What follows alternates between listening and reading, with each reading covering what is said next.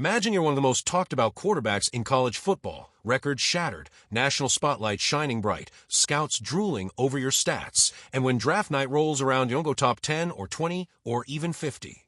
You sit, and you wait, and you keep waiting, until the fifth round. Pick 144. That's not just a slide. That's a message.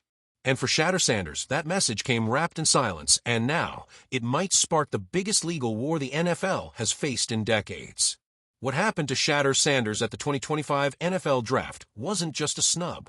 It felt like a hit job. A slow-motion takedown of a quarterback who had the numbers, the pedigree, the swagger, and apparently all the wrong enemies. Once projected to go late first or early second round, Shatter plummeted deep into day 3. A man once hailed as a future franchise leader was suddenly treated like a fringe backup, and the league just watched it happen. Or orchestrated it. Now the Sanders family is loading the legal cannon. According to insiders, a lawsuit is in the works, targeting the NFL, certain team owners, and possibly even some media outlets. The claims? Collusion, defamation, intentional sabotage of a young man's future. You don't just accidentally let a quarterback like Shatter drop over 130 spots. Let's rewind. This is a guy who led the NCAA in completion percentage, 74.1%. He broke records. He carried Jackson State on his back, then took the spotlight with him to Colorado, and made that program matter again. He became the story in college football. Every pre-draft analyst worth their salt had him going day 1 or 2. Then nothing. For 3 days. 3 agonizing days. Until the Cleveland Browns, with pick 144, finally pulled the trigger. And look, we love the Browns here on Browns Breakout, but even fans were scratching their heads. How the hell did Shatter fall this far? Don't forget to like and subscribe, because this saga is just beginning. Let's be real.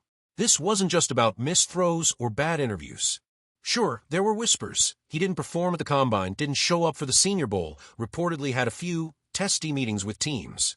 But none of that explains this. None of that adds up to one of the most visible quarterbacks in the draft falling into day 3 without a single team stepping in. So what are we left with?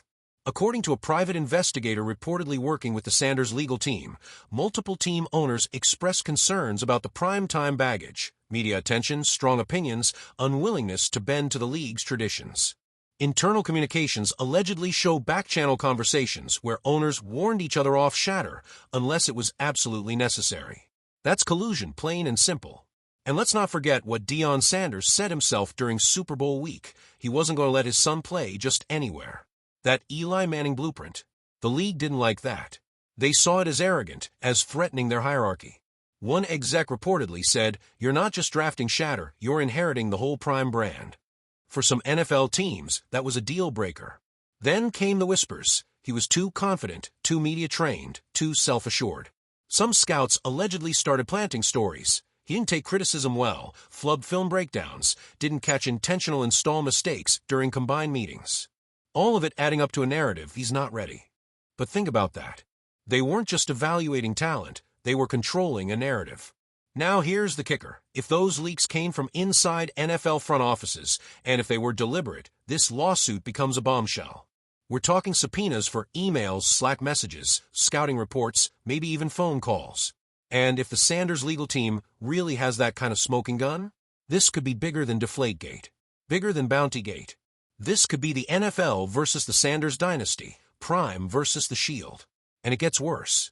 Media figures got involved too. Colin Cowherd famously said, "Nobody wants a celebrity backup quarterback." That quote, according to early legal drafts, is now being cited as evidence of a targeted smear campaign. The goal? Devalue Shatter. Humble Deion. Kill the momentum of a family that refused to play by the league's unspoken rules. But ask yourself, when was the last time you saw a quarterback with this much upside, this much production drop this far? Injuries? Nope. Off-field issues? Nada.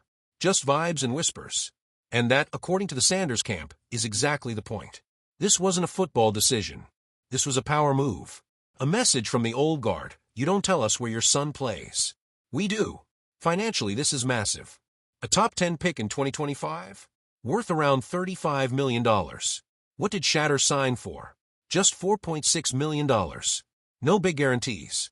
The Sanders lawsuit is reportedly targeting the NFL for up to $100 million, lost income, endorsements, long-term quarterback ROI, and damage to Deion's personal brand. And make no mistake, if this goes to court, it won't just be the league on trial. It'll be the system, the unwritten rules, the silent blacklists. And what happens next? If the lawsuit goes forward, we could see media outlets forced to reveal sources, GMs being grilled under oath, owners denying, deflecting, or doubling down. And if this thing explodes the way many expect it to, it could change how the draft works forever. No more secret notes passed between owners. No more politics disguised as fit. Just talent on tape and what's fair. Meanwhile, Shatter is in Cleveland quietly working. Not tweeting. Not complaining. Just preparing. Because if he balls out in that orange and brown, if he turns 144 into a franchise resurrection, it won't just be a comeback. It'll be justice. So here's the bottom line. The NFL thought they could teach Prime and his son a lesson. But they might have just handed them the fuel to burn the whole thing down. Stay locked in, because this story is only getting started. And here at Brown's Breakout, we'll be tracking every twist, every quote, and every touchdown. So smash that like button, hit subscribe, and buckle up. Because this is personal.